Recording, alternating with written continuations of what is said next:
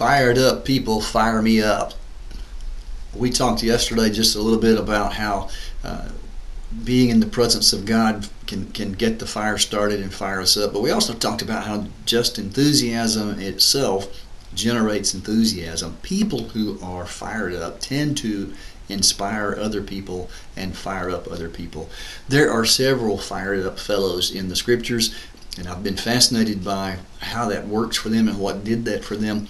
One of those is Caleb, and I'm going to be looking at several scriptures. Let me put those up for you, so if you want to follow along, you can do that. So Caleb is in Numbers chapter 13 and 14. You'll find him some other places as well, but that's sort of the main part of his story. He was one of the 12 spies who went into Canaan, the promised land, to check it out. You know the story. They came back and 10 said, it looks great, but we can't do it. Caleb and Joshua were the two who believed they could. In verse 30 of Numbers 13, it says, Then Caleb silenced the people before Moses. I love that. Silence the people. I don't know if he told them to shut up, but it's like, oh, okay, hold on, guys. This is going the wrong direction. Listen up. We should go up and take possession of the land, for we can certainly do it. You got to love the attitude. Everybody else is saying no way, and Caleb says, sure we can. This is possible for us. A little farther down, chapter 14 and verse 6, you got Joshua and Caleb together, and they said to the entire Israelite assembly, the land was good, and if the Lord is pleased with us, he will lead us into that land. Don't rebel. Don't be afraid. We can do this. Now, Joshua gets a lot of attention anyway because he's kind of got his own book, and so we sort of know his story. But Caleb we don't know as much about. He's not the leading figure, but in some ways he is leading and he is inspiring.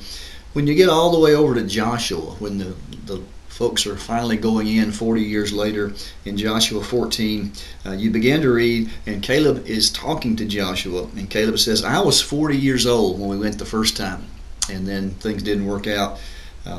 I, however, he says, followed the Lord God wholeheartedly. And apparently he continued to do so. In verse 10, just as the Lord promised, he has kept me alive for 45 years. I am today 85 years old. Get that now, that's important. 85 years old, and still as strong today as the day Moses sent me out. Still as strong today as the day Moses sent me out. I am just as vigorous to go out to battle now as I was then. Now, I don't know. I wonder if God has kept him young, strong, and vigorous, or if it's his attitude that has kept him that way, that can-do, positive attitude. I think the answer is probably yes. It's both those things. Now give me this hill country that the Lord promised me that day. You yourself heard then that the Anakites were there, and their cities were large and fortified, but the Lord helping me, I will drive them out just as he said. Love the attitude. At 85 years old, been waiting for 40 years, and I'm ready, he says. Let's go do it. That fires me up just to read Caleb's story, and that's one of the things I think that's part of why we have the Bible and those stories to do that for us. David, in 1 Samuel 17, David is the younger, the smaller of his brothers. The others are there full-time in the army, and they're hearing the taunts of Goliath. But David comes up and says, why are we letting this guy get away with this? Somebody do something. And nobody else did, so David said, okay, I will. And when people questioned that, he said, hey, God helped me defeat a bear. God helped me defeat a lion. I think God will help me defeat this dog of a Philistine.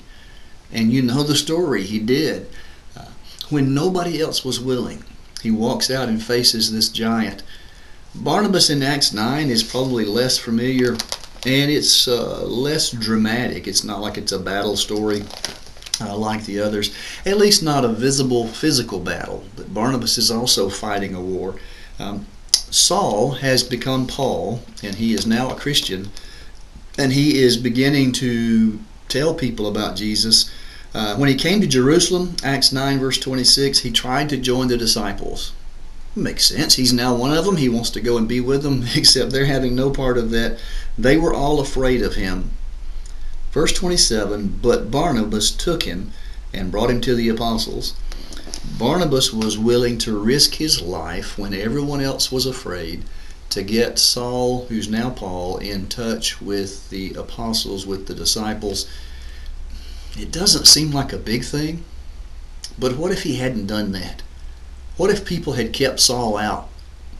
Would he have gotten discouraged? Would he have walked away? Would he have quit? If you talk about fired up people and those who have enthusiasm and fervor for the Lord, Paul surely would be one of those.